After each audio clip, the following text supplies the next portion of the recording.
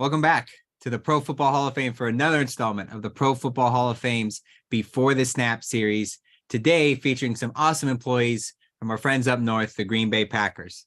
This is your first time watching the program. Well, what are you going to learn about? Well, you're going to learn about all the different unique careers there are in and around the NFL. And you're going to learn what it takes to get those careers, get involved in sports, and one day maybe end up with a job that you love in a field and career and even sport that you love just as much. If you've tuned in before, again, we thank you so much for being a part of this program here today. A little bit about us before we introduce our guest today here at the Pro Football Hall of Fame. It's our mission to honor the greatest of the game, to preserve its history, to promote its values, and to celebrate excellence together. And those values we promote are those of commitment, integrity, courage, respect, honesty, all of which make our 362 Hall of Famers the best to ever do it, but it also made them great men off the field. It can make your educators the best they can be, your parents the best they can be, the best student you can be, and truly can make you a great employee of any organization that you're with. And you're going to maybe hear these values pop up today in our conversation. That just goes to show how important that they are. Before we do get started, some thank yous I'd like to pass out. First and foremost, I'd like to thank our guests today, Ryan Fencl and Amanda Wery of the Green Bay Packers, for giving up times of their busy day to be a part of the program today. We talk a lot about what our Hall of Famers mean to the game of football and how important they are to the game. The same goes for the both of you. The game of football wouldn't be like it is today, especially in the Green Bay area, without the awesome give back and community support that both of you offer to that city as well as all over the country. So thank you so much for that. I'd like to also thank our teachers, administrators, educators, professors, anybody that has sent this link out or has their class tuned in right now, or if you're watching us 6 months from now, just thank you so much for allowing your students to be and allowing us for being a small part of your students' learning experience this semester. And lastly, I have to thank all of our students tuning in. As always, this program is for you. We set this program up so you students just like you can learn what it takes to get a career in a sport that you love. If you have a question today, we're back to normal. I'd like to thank Nathan for stepping in last week for me while I was out and hosting an awesome program with Taylor Abbott from the Hall of Fame here in Canton, Ohio. But we're back to normal. He's out looking at that YouTube chat. So make sure, as always, put your name, the school you go to, and the question that you have in the chat, and we'll do our best to make it a part of the program. If you don't have a question, let us know where you're watching from. We want to see how many different colleges and universities we can get as part of the program today. So as always, make sure you get those questions in. We want to make sure you guys get all the questions that you have, because I have a lot ready. Nobody wants to hear me talk for an hour. We want to hear all the great questions that you have as students. So today, as I mentioned, we are lucky and grateful to be joined by Ryan Fencl and Amanda Wery of the Green Bay Packers. Starting with Ryan, who is the football outreach manager for the Packers. He's in his 7th season in this role and his 15th with the team. He's responsible for the coordination and execution of the team's football outreach initiatives, which include youth and high school football events and programs, a flag football event for athletes with special needs, salute to service activations, and equipment donations. And we also have Amanda Wery, our first time having 2 guests on the same episode, so we're excited today. Amanda is the community outreach manager for the Green Bay Packers, who is in her 17th season with the organization and her 8th within the community outreach department. She's responsible for planning and execution of community-facing events and programs that support NFL and club initiatives such as Hometown Huddle, social responsibility, character playbook, social justice, and so many more. So without further ado, I'd like to welcome both Ryan and Amanda here to Before the Snap today. Thanks for having us. Yeah, thank you so much. We appreciate being here. Hello, everybody out there. We're super excited today. And as we say, we're going to dive right into the questions. So students start getting those questions submitted. We'll go to those here in a little bit. But I kind of want to start out. I read through your bio. Can you kind of just give us, both of you, an overview of what you do on a day-to-day basis? It can be unfortunately for us Packers fans, we're in the off season now. I joked the other day, as a Packers fan, I'm not used to not watching the Packers in January. So it's a little weird for me. But talk a little bit about what you do on a day-to-day basis, in season, off season, things like that. Ryan, we'll go ahead and start with you. Yeah, a lot of what I do centers and kind of revolves around event planning.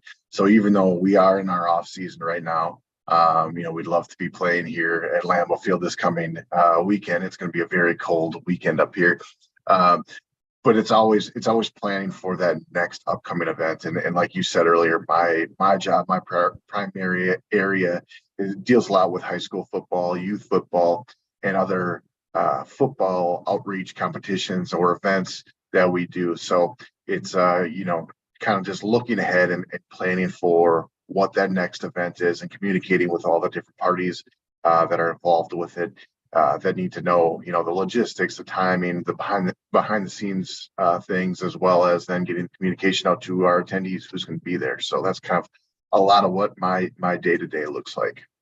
Ryan, is to stick with you as a quick follow-up. Obviously over the past 2.5 years, 3 years, the world has looked a little bit different. And obviously when there's 2 years of not getting anybody together and being somebody who's in a position where you're reaching out to teams and community events and things like that, how important is it for, especially in your role, to have a mindset where you always are willing to adjust and having to maybe look at new things creatively to kind of spin it to make sure you're still doing the best job that you can be, no matter what the situation is and what's going on? Yeah, absolutely. I mean, that was definitely a challenge for us and everyone, finding ways to adapt and to adjust and to still be able to, provide that outreach to the community. For me, provide that outreach to our youth and high school teams. And a lot of that was involved with what we're doing now, different Zooms, webinars, and different events that still allowed us to connect, whether it was a coaching school or a parents clinic or something, different events that we would normally have here in person, but figuring ways to bring that content to people so that it was, delivered in a safe format where people didn't have to be in person. And then we've been able to take a lot of what we learned, a lot of what we used during that time, and still find different ways to implement it now. It's really, kind of given us that ability to grow and to learn different ways of thinking outside the box and kind of created some new opportunities for us. Awesome. All right. We're going to flip it over to Amanda now. Amanda, can you kind of give us an overview of what you do on a day-to-day basis with the organization? So right now, this morning, we came into work, met with our kicker, Mason Crosby, had him do a book reading for our Tundra Tales program, then transitioned into sending out some emails to participants in that program. And then we have a bunch of events similar to what Ryan was saying coming up here in February and March. So it's a lot of those logistics and follow-ups, meeting maybe through Zoom or in person with different colleagues here internally, making sure everything's in place. And then as we look to Super Bowl and some of the things, we did the Inspired Changemaker Award this year. And so it might be sending off different videos, B-roll vignettes to the league to make sure as they're putting together films for the NFL honors that they have what they need to help represent the Packers and our award nominee. So it's a little bit of everything. I'd like to say that I'm always looking about 6 months ahead when we can, but sometimes those things come up where it's like, nope, we need to tackle this today. And so allowing us to work far enough in advance on other things gives us that flexibility to say, okay, yeah, I can tackle this now and we'll get this taken care of. And kind of the same question along the same lines that we asked Ryan there. Obviously the world has changed, and it sounds like, you just mentioned there, Mason Crosby reading something through Zoom. So how did some of the things that you had to adapt to and look at more things from more of a virtual landscape, how did you able to change that, but then continue to use those to open so many more doors, even when we're talking about programs nowadays? That was one of the biggest things in both when we had switched to so much virtual and then moving back into in-person is, okay, what worked though really well through pandemic, and some of the benefits of how many different schools and people we were able to reach virtually, where maybe in the past had been a player going to one school for a character playbook event. Now we can, as we look to May and are planning for our mental health awareness there, we can have a player in school, but they can do a hybrid version and then have that virtually out to many schools. So looking at some of those efficiencies and then the impact and awareness that we can provide at a greater scale through some of our events has been, I think, one of the benefits coming out of that. And just, feeling comfortable working in this space. Like pre-pandemic, I don't know that I would have been super comfortable being on a Zoom like this, but now it's like old hat. Yep, for sure. And I want to talk a little bit about too before we dive into some questions from our students. So students continue to get those submitted as we move along here. Looking at sports, I think kind of the stereotype is, you work for a job here for a couple of years and you move somewhere else, and you work there for a couple of years, and then move somewhere else, trying to navigate your way to that one goal, that one position that you want. Working in the community relations field is kind of the outlier of that. And, reading through the bio, both of you have been with organizations for so many years. Question, we'll start with Amanda this time. Why was it important for you to stay with the Packers organization? And what have you learned over your time? And how are you able to continually make yourself the best employee that you can be, being with an organization as long as you have? Yeah, so in the 17th season now, it's been a great learning experience. Sometimes it feels like just yesterday when I started interning here, and then other days it's like, wow, I have been here that long. When you see some of the players and coaches that have come and gone in the time span, but really just being able to continue learning, that has been a big key for me. And I had started out on our marketing side, and at that point it encompassed all of our corporate partnerships and our digital team, marketing, brand guidelines, all of those pieces. And now it's split and been divided into so many departments. I learned so much and created so many contacts through that space. But when I transitioned to the community outreach department about 7-8 years ago now, it was a nice switch in that I'm able to give back to the community in which I grew up in. And so learning from mentors, learning from new people in the community on best practices. We reach out all the time to our different colleagues at other teams about what's working with them. I think that's one of the things in the community outreach realm, and maybe why we stay in this space as long as we do, is that it's not really competition with our other teams. It's, okay, what's working well in your space? How can we either implement that here or take pieces of it and then move it over? So it's great to be able to have that opportunity to not, we might be competing on the field, but we're not competing in the space of community outreach. Awesome. And then Ryan, the same thing to you. Obviously, you've had a lot of experience with the Packers organization. What has it meant for you to work for that organization for so many years? Yeah, I mean, growing up, I grew up a mile from the stadium. And it was always, I was one of the kids, was out there. And if they're not familiar with it, kids get to ride the players across the street from Lambeau Field across the street over to the practice facility during training camp. So I was one of those little kids out there riding the players on my bike over to training camp. So then when I growing up in high school, I was able to get a job in our pro shop, and that was kind of what got me my foot in the door. And what was really exciting for me at that time was to be able to work for this great organization, to be around this building, this Lambeau Field. I mean, you guys can't see it right now, but right outside we're looking, there's snow coming down out on the field. And it's just such a unique and fun atmosphere to be in. So, as I was able to continue, I ended up working in our pro shop for a span of 8 years throughout high school. Then a lot of times I would come back summers at college, or when I was at UWGB, I would still work in our pro shop. So just building those relationships, having people know, who I am and the type of worker that I am. So that once I did end up graduating with my degree in finance, and I moved down to Madison, Wisconsin for 4 years, I always, in the back of my mind, always had that thought of, gosh, it would be great to be able to get back and rejoin the Packers organization.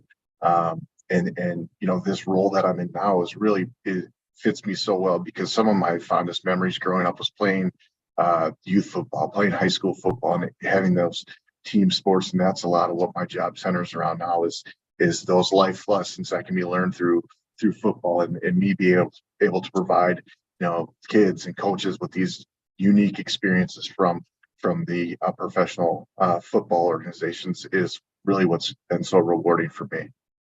That's awesome. And, we here at the Pro Football Hall of Fame work in our youth and education department, which is very similar to, community outreach, community relations. So we know how important it is to give back to the community that you're working in. Jerry, Nathan, and I all grew up within kind of the Northeast Ohio, Stark County area. Both of you have said you grew up in the area. So I want to touch a little bit on that, obviously, and we'll start with Ryan. For those of you that don't know, Green Bay Packers, awesome team, so much history within that franchise in a very, very small city. population wise. I've been to Green Bay a few times being a Packers fan myself. And, it's literally you're driving through a neighborhood and you look up and there's Lambeau Field. It's right in the middle of everything. So being such a small community with a big presence, Ryan, how do you take advantage of that with your role and the Packers organization being able to give back to the community, using the game of football? Luckily, I think a lot of it is we've been fortunate and kind of spoiled that our team has had such great success, over the past few decades here, where, when you think of Wisconsin, a lot of times, granted now the Milwaukee Bucks are becoming more of a prominent professional organization, having just won the NBA title a couple years back now. And even the Brewers are doing great things as well. But a lot of times when people think Wisconsin and think Green Bay, they think the Packers. So, being able to have, what we, our success, and even in the years prior when we didn't have, as much success, this stadium was still sold out. That community presence, obviously what sets us apart is that we're a community-owned team. We're the only NFL team like that in the entire league. So we don't have one specific owner. We have several owners and shareholders, so that being able to then give back to those owners, give back to the community, and being able to, share. This facility is now a 365-day event center as well, where people can come in, have different events, have weddings, all these different things. So just whatever we're able to give back and show our appreciation, whether that's through football or whether that's through different events or experiences, is kind of what makes working here so special. And Amanda, kind of along the same lines, working with you and mentioning even this morning, working with players, I don't see as Green Bay, Wisconsin as a winter destination per se.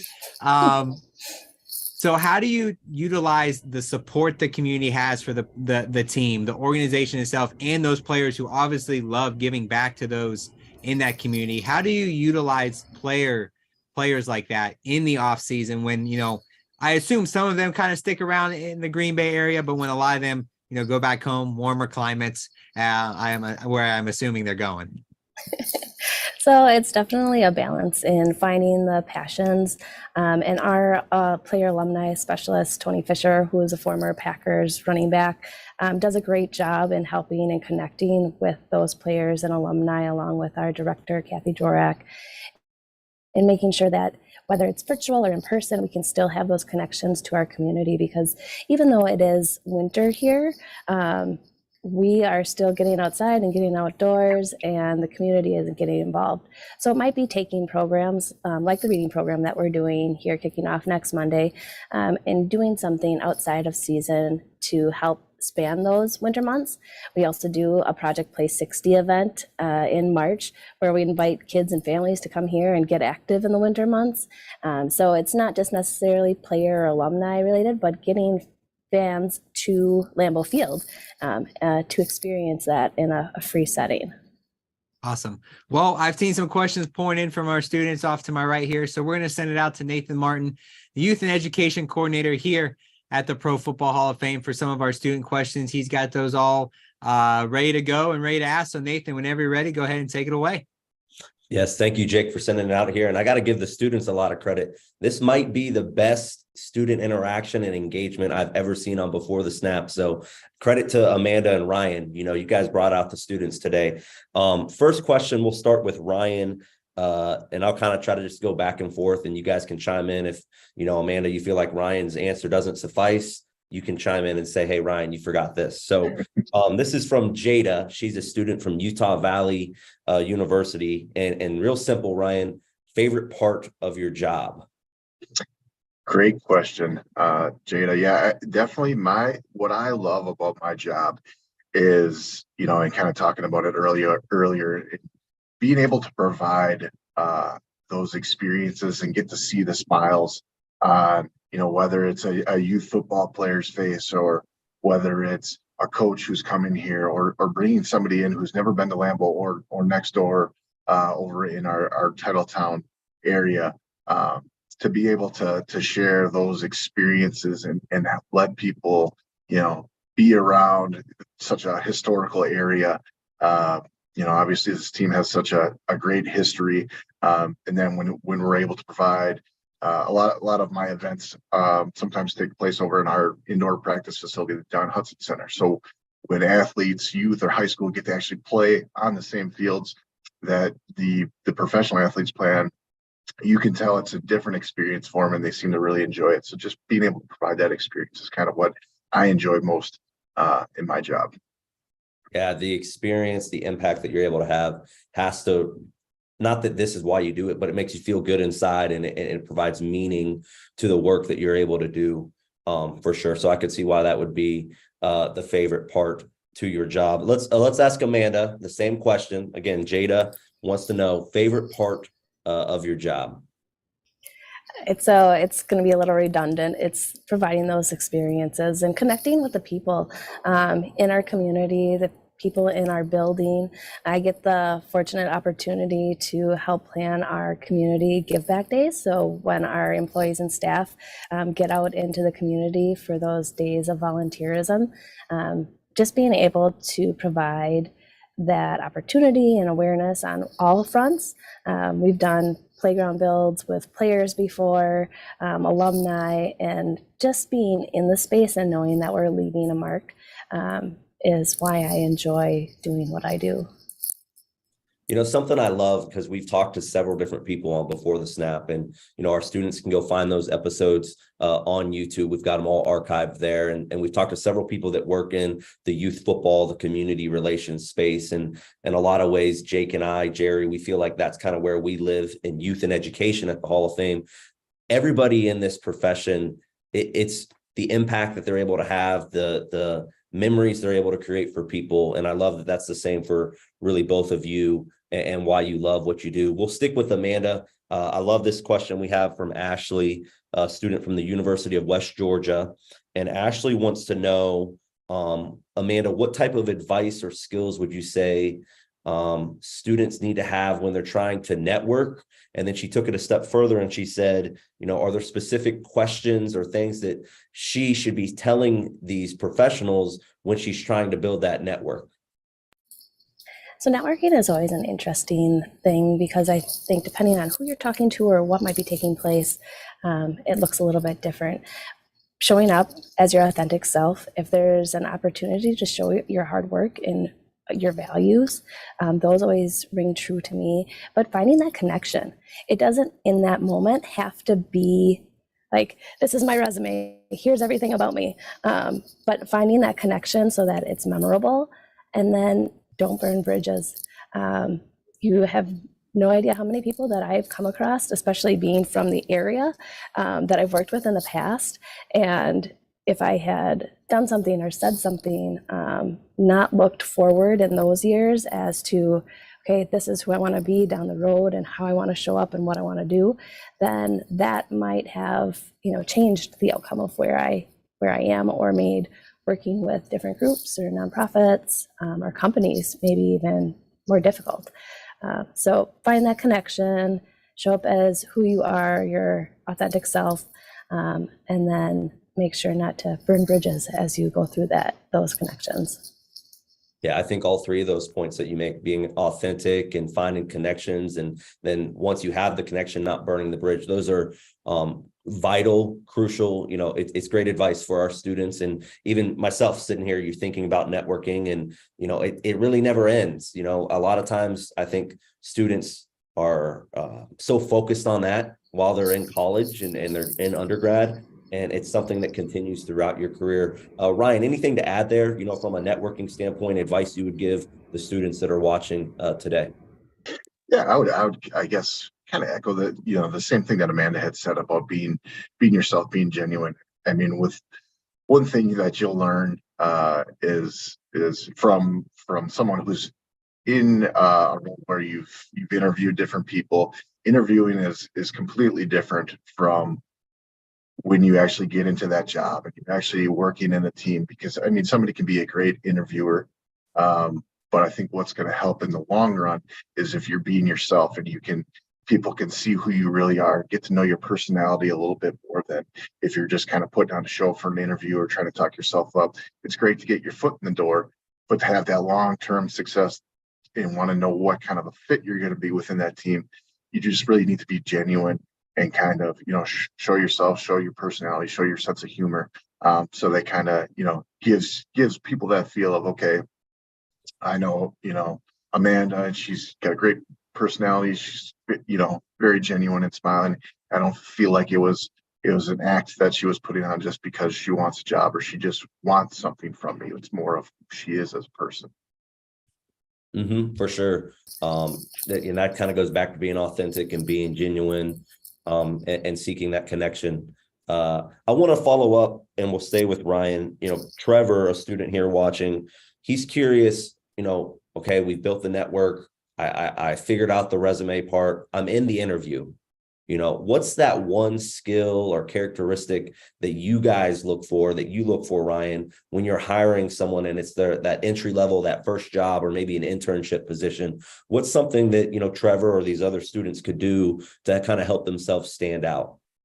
I would say if you are really serious about that job and wanting to get that job, the research that you do into that company and the research that you do within that role and what those responsibilities are and how your personal traits and attributes can be a good fit for that shows a lot. There's a lot of times where you'll get a resume or you'll get a cover letter and you can tell it's just, hey, they just changed. They send the same cover letter out to every potential employer and they just changed the business name on it.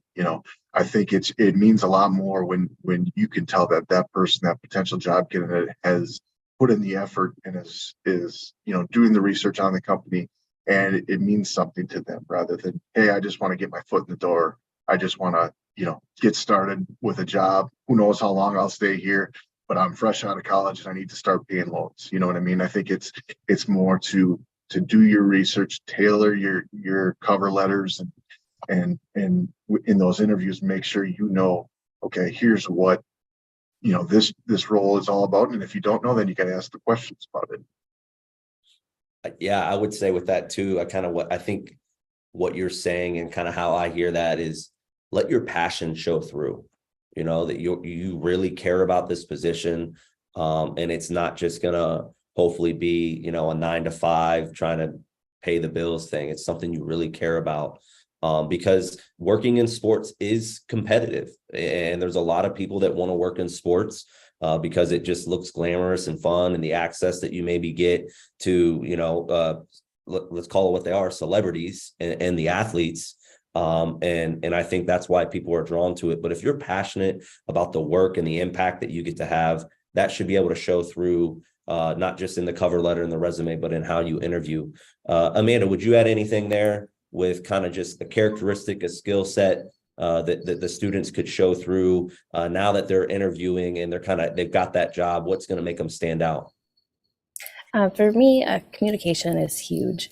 So if you can articulate clearly some of those passion points, like the why you would be the best fit for this job, but then also ask the questions. Ask of the interviewers the questions, ask specific things about the position, really just showing up and then showing what you know from that communication standpoint, because there might be something that isn't specifically in our question set or something that would have come up otherwise. But if you can provide that, there might be follow-up question. It might be something that we're looking for that we didn't even realize we were looking for.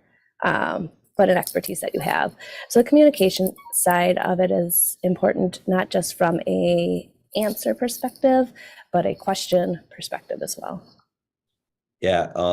Jerry will laugh when he hears me say this because Jerry went to Mount Union, which is in Alliance, Ohio, just about 20 minutes from where we're at here at the hall in Canton. And he had professors that would tell him, if you have no questions, then you're not going to have a job. And I think that kind of speaks to what both of you are saying and how you communicate the research that you do ahead of time, learn the organization, learn the people that you're interviewing with.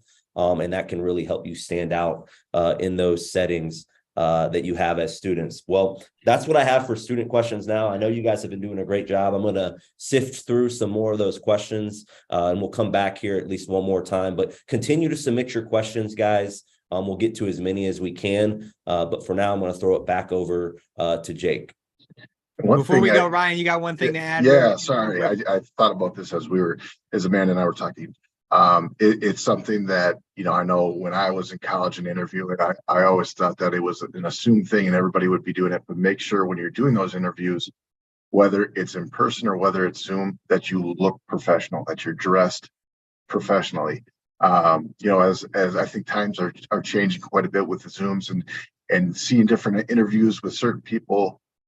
One thing that's going to set you apart is if you and somebody else have kind of similar, qualities. Well, one's dressed in a suit and tie, and the other one's just, looking like he just woke up. That's going to make a big difference too. I know in recent interviews with us, it's definitely been a talking point. So make sure to continue to always, dress professionally and be ready for those interviews. Yeah, I think that's a huge point, and it's right to your point, Ryan. It's something very small that you don't got to put a lot of thought into it. All you got to do is act like you're going into an in-person interview, and you'll be fine. So it's just those small things that can make a huge difference. For everybody that's been listening, thank you so much. The students that have been submitting questions, again, thank you for submitting those. There's some awesome questions coming through. If we don't get to them all, the door is open to start your networking journey and reach out to Amanda or reach out to Ryan on LinkedIn. We've got their links to their pages in the chat right there. So if we don't get to your question, you have the perfect opportunity and open door to ask that question to one of our guests today. I talked at the beginning about who we are at the Pro Football Hall of Fame and what we do. And at our core, we're a museum. So every time we do a program surrounding the Pro Football Hall of Fame, we want to do our best to not only talk about careers in the NFL and other things, but we want to showcase the museum we have as well, because at our core, we want to honor the greatest of the game and preserve the history of this great game of football. So we've got the Director of Youth and Education, Jerry Shockey, out in the museum in front of a display that might look a little bit different to you right now, but he's got some pretty cool stories he's going to tell with it. So Jerry, whenever you're ready, go ahead and take it away. All righty. Thank you, Jake. And thank you to Ryan and Amanda for taking time out of your busy days to connect with students from all across the country. Students, especially our college students that are connected in, keep those questions coming. Make sure you put your name, your school, and all that information in there so Nathan can get those questions interjected throughout the program. So, and yes, Nathan, I was very happy that you brought up the University of Mount Union, by the way. So there might be a certain head coach right now for the Eagles that might be a alumni from there. Sirianni, I think is the last name, something like that. So we've got a lot of bragging rights, not only being numerous national championships, D3 football, but also one of the best sport business programs too across the country. So there's my little advertisement for Mount Union. Nathan, you set me up, so it's your fault. So anyhow, we are here in the Lamar Hunt Super Bowl Gallery here at the Pro Football Hall of Fame, and it's here where we keep the history of the most popular game each season, from the Green Bay Packers in Super Bowl I to the eventual Super Bowl champions this year. Now, behind me, you can see the Super Bowl trophy, right? Oh, wait a minute. Hold on. It says, on its way, hold on. The Vince Lombardi trophy has been removed and will be awarded to the Super Bowl champion in Arizona. Okay, all right, so that's news to me. Used to be in this display was the Super Bowl trophy. We've been fortunate enough to be able to work with the NFL and Tiffany's company who makes it. It's sterling silver, 22 inches high, weighs about 7 pounds, about $50,000 to make. We work out throughout the whole year from the beginning of the season up until 2 weeks before the Super Bowl. We actually have the actual Vince Lombardi that you'll see hoisted up by one of these 4 teams on national TV as Super Bowl champions. So, but I know the name of that trophy is pretty special to Packer fans and to Packer employees. And we've been fortunate up here. Dave Robinson is a good friend of ours, and I've had numerous conversations about the impact of Vince Lombardi on his life. I hear stories from Dave Robinson the first time he met Vince Lombardi. He heard this big booming voice coming, and he comes out around the corner. It's just this little guy. Well, he realized very quickly that he wasn't a little guy. While he's a little guy in stature, he wasn't a little guy when it came to his influence. And so things like Dave Robinson would share, like he was one of the first Black families to move into Green Bay area, and just some of the things that Vince Lombardi combated in those early days. And when we talk about the 60s and whatnot and the integration of our country, that, Vince Lombardi had a very profound statement that he talked to communities and said, business in the communities, we only care about one color here, and that's Packers colors. And so all kinds of amazing stories about Vince Lombardi.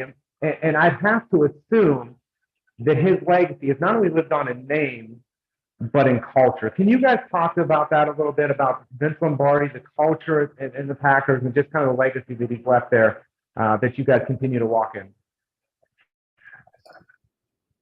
Sure, I can take that first. One of the biggest things that you'll see is we always talk about living on Lombardi time. And so if you're on time, you're late.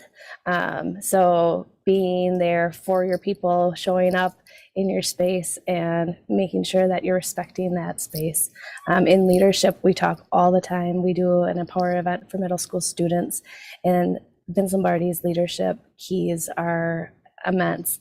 If you look at some of the players, you mentioned Dave Robinson. I was fortunate enough to have met Bart Starr over the years, but just the legacy that Coach Lombardi left and passed along, and those key values and traits, and when we talk character, what those meant to be a good teammate, to give back to the community. It's really shown in the players that came after him, and then how those players showed up and impacted all of us.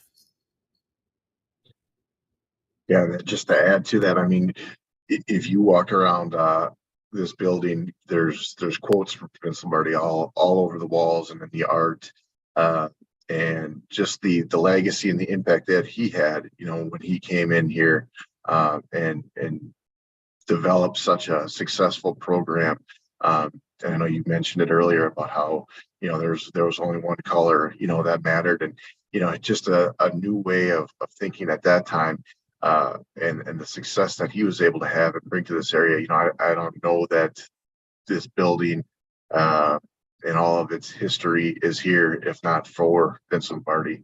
You know, so just even the, you know, the streets right, you know, along Lambeau Field's Lombardi Avenue, just such a iconic you know, road, and what you see as you're driving, as you're getting off the highway, and if you're pulling up off of Lombardi Ave, to see, you know, what he's kind of built and made, you know, from how, you know, many years ago, and how long it still has an impact today. And we certainly have numerous Lombardi quotes all the way throughout our museum as well, and they continue to inspire us to. One of my favorites is, you know, you're not perfect, you'll never be perfect, but if you chase perfection, you'll capture excellence. And so we just a lot of motivational quotes that are very much life lessons. And you see it, you know, we've gotten to know Bart Starr and a lot of other guys throughout the years. I've been here for 23 years, and you just hear the impact that man had on his players' lives, well beyond the game of football. So Amanda and Ryan, thank you very much. And Jake, I'm going to send things back to you.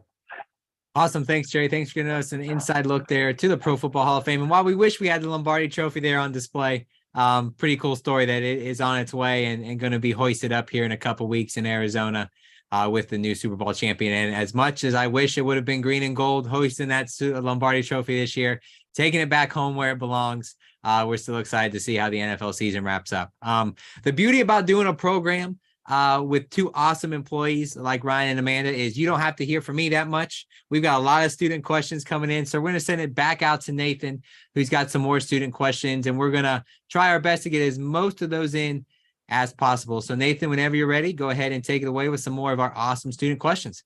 Yeah, thanks again, Jake, and students. I want to continue to thank you guys for your participation throughout the program. We're doing our best to get to as many of your questions as possible. And I know Jake has already told you guys, if we don't get to it, or even still, if we get to your question, please use this as an opportunity to build your network and connect with both Ryan and Amanda. We've given you guys that link that you can find them real easily on LinkedIn. Here after the program. But I'm going to go to our next student question here. This is from Zoe, a student from Butler University. We'll start with Amanda. Zoe wants to know, what's kind of been your favorite fan activation event or project that you've got to work on? And can you kind of speak to the process of putting something like that on? Definitely. So the most memorable for me, and especially as I look out at our stadium right now, because we're up in one of our suites here, our alumni suite, I was in charge of one of our first card stunts that we had here at Lambeau Field. And so for what that is, for those of you who might not know, but we worked with a company and had the task of setting out different squares on each seat throughout the stadium to eventually make design when looked at from above. And so this one was a patriotic theme, but just working with a group and finding out, okay, this is the section and seat and row number that has to have this specific square. And then having set all those out, hoping that your prompts on game day work and that the fans participate, because without them, it doesn't come to fruition. But we have fans like none other here in Green Bay, and they showed up and they did their part, and it was amazing overview on the top. Now, the one negative I will say about that fan activation was we had set the squares down on we have aluminum seats here and they're not seat backs.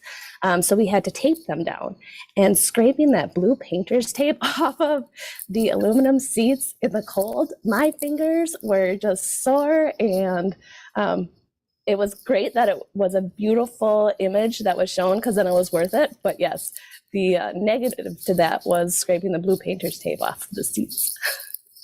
I love that story. I never would have even thought of that as just like an activation. And it's one of those things that even working in sports and being at the hall, you kind of see at sporting events, but you forget about the work that goes in behind the scenes to make something like that happen. So I love that story, Amanda. Ryan, do you have any type of fan activation or a project or event that you've been able to be a part of that's been real meaningful, and you can kind of speak to that process a little bit? Yeah, one of my favorite things to do every year, and it went away during COVID, is every year during family night and during our preseason games, I get to bring in youth football teams and have them come out and be on the field from national anthem, and then they come out at halftime and they scrimmage. We have 2 scrimmages going on, one in the north end zone, one in the south end zone. But being able to be down on the field with those little kids and to see their faces as they look up into the crowd of a packed stadium on a preseason game or a family night, and how many people are there watching them, and then just being on the field for the national anthem, being down on Lambeau Field, there's nothing like it. Fireworks are going off, and it's just such a unique experience. And then to be able to watch those kids, I mean, that's a memory that they're going to have for a lifetime, that they were playing on Lambeau Field where, the Green Bay Packers play football. So, and, a lot of what goes into that on my end is coordination with the youth football teams, figuring out busing, when they need to be here, where they need to park, when we're walking up from the bus lot to the stadium, getting them through security, and just having all that timing down and all credentials and everything in place. So it's just a lot of those, kind of like Amanda was saying, a lot of those behind the scenes things that you probably wouldn't think about unless you're the one that's actually coordinating it and having to know every little step. And you want to make sure that they're prepared. You want to make sure that they're comfortable when they're coming to Lambeau, knowing every step and what to expect, so that they're not kind of caught off guard and don't know what they're doing. Ryan, that's a great, testament to your work. And like you said, I mean, that is a memory that those kids will have for the rest of their life. I know I was lucky enough to do one of the stadium tours, and I still think about oh my goodness, I was down on the field at Lambeau Field. I didn't even get to play on the field. So maybe if I can get on one of those youth teams next year, you can help me out with that, and I'll get my opportunity finally. But next question is from Kyle, one of our students. And Kyle wants to know, what would you say, we'll start with you, Ryan, the best way to find those internships, those entry-level jobs? Where would you recommend students look for those? And then I also thought it was interesting, Kyle mentioned when you're thinking internships, paid versus unpaid, what are your kind of thoughts on that as the students are looking for opportunities? Yeah, actually, Amanda could probably speak to the internships a little bit better than I can, but I would just say, always keeping an eye out on, I believe it's for us, it's a Teamworks, Amanda. Teamworks. And because that's where a lot of postings go, and being able to see, okay, where is that, what is the internship? Because there's, within the Packers organization and within all different sporting organizations, there's different departments. We work in community outreach, community relations. There's PR, there's marketing, there's, sales, there's all these different departments. And depending on which area you want to get in, that's what you want to kind of target. There's also, there's something to be said for if an organization is seeing that somebody's applying for every single internship, doesn't matter what department it's in. Not that that's necessarily a bad thing, because it shows that obviously you want to work for that organization. But as a department, you see it as, okay, maybe that person isn't necessarily that, focused or isn't that passionate about a community in our realm. They just want to be here. They want to get that experience. They want it on the resume, which is fine. It's understandable, because it is hard, at times, to get your foot in the door. But if you're communicating with your other departments and saying, oh yeah, no, we got this person applied for this and this and this, it does kind of skew you a little bit, knowing where that person's, if it's a passion in your department or if it's just a passion within the organization. And then when it comes to pay, I think you had mentioned, that's a tough one, because obviously an internship, even if it is paid, a lot of times you're not going to make a ton of money doing it. It's nice to get pay. But a lot of times, with different employers, the goal is, hey, this is an internship. You're here to learn, and there might not be pay involved. So, but yeah, that's kind of, I guess, on my end, my thoughts on it. For sure. Amanda, anything you would add there, kind of with on the job hunt, on the intern hunt, advice for the students when they're looking out there? Definitely. So as Ryan had mentioned, look at the various resources. So Teamwork Online is one of them. Indeed, we'll post to just different school communities, and then general places as well. But so get out there and get looking, for one. But then two, when you're looking at a specific job, or if you want to be in football, or you want to be at a specific team or area, reach out, see what the hiring cycle is, how that might fit into your specific timeline for school or after school, and where you're looking to join. For us, our internship starts January and then goes through December, but other departments here at our team, a lot of them will finish end of season more so, and then start up April, May with that new group of interns as we start to approach training camp and some of the games and season. So look at what that timing is, and then how that might work in your world. Does it mean that maybe you're going to take a semester off because our internships are full-time? How does that work in finishing schooling? Are you going to finish up school early in order to do that? And then just asking those questions, seeing if there's any alumni from your college or from your network, as we talked about before, that have a connection, not necessarily to get you that in, but who can explain or help you provide a connection on timing and what is really a part of that specific internship. The last piece I would say to that is keep trying things. So you might have this ultimate internship in your mind, but maybe there's a summer internship that's like, oh, I think I might want to do something like this. Try it, because it might not be what you want to do at all. And then you haven't wasted a full 6 months or a full year on an internship where it wasn't panning out. But that you could find that out earlier. And then for us, commitment to that internship, like once you have found something you want to do, stick with it. Ours is a year long, and so there's so much that changes throughout the year. There might be something that you're not aware of coming down the road. I just got to say, I really appreciate that advice, because I'm sitting here and I'm thinking, like, I never have even thought about reach out and ask about the hiring cycle and when the internships start, and how beneficial that can be for the students in their planning process. And I really appreciate that advice, because I was sitting here that makes so much sense, but I never even thought of that. So hopefully, it helps our students that are watching the program as well. The last question we have from a student, and we'll start with you, Amanda, and this is from Hannah from St. Norbert's College. And Hannah's just curious, how do you in your personal life find that work-life balance? I know students are, pressed with social, trying to have a social life, and then trying to engage in school and part-time jobs or full-time jobs. So, for you as a professional, how do you find a work-life balance working for the Green Bay Packers? Well, thank you, Hannah, and thank you to all the other students for their questions. It definitely helps cater a little bit more to what you need and what you want to hear. So we appreciate those. St. Norbert College is just down the road. I was a Ripon College graduate, so I won't hold that against you, Hannah. But as we look at where we're going in this space and that work-life balance, it's really where you are in that moment. So when I started interning and I didn't have any other commitments, and I was like, okay, I'm going to work hard. I'm going to learn as much as I can. And that was my lifestyle and my pace. And then as I got married and I had my first daughter and my values came into play a little bit more, and I wanted to spend that time. Our team here was wonderful. I went part-time. So I set those boundaries of what I wanted to do and be able to do with growing my family and being that influence in my daughter's life.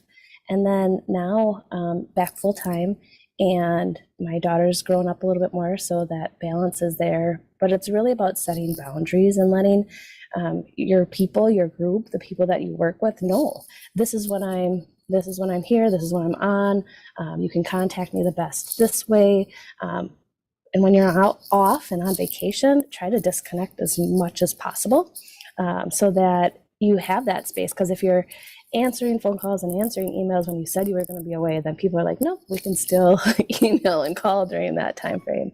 Now, different jobs definitely mean different timelines, and I think you'll find that as you work through it. When I was on the corporate sales side and a partnership services coordinator, the hours were different, but we had so much work that was getting done in off season or game days or weekends and events leading up to it, that it was fine. It worked. It jived. But make sure that you find your groove. You make sure that you're comfortable working the hours that you want, but that you set the boundaries and let people know that this is what's important to me.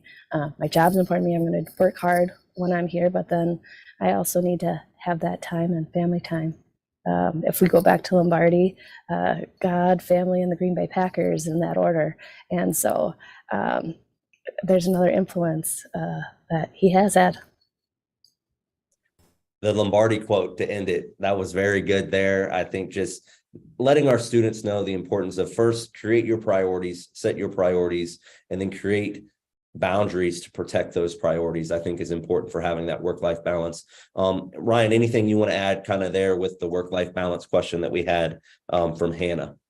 Yeah, I would say make sure that you throughout that hiring and interviewing process, make sure you know what you're getting yourself into as far as, what are those non-traditional hours? If you're, thinking about the NFL, a lot of jobs within our organization are working on game days, are working on Sundays or Saturdays, late Monday nights, depending on what department you're in.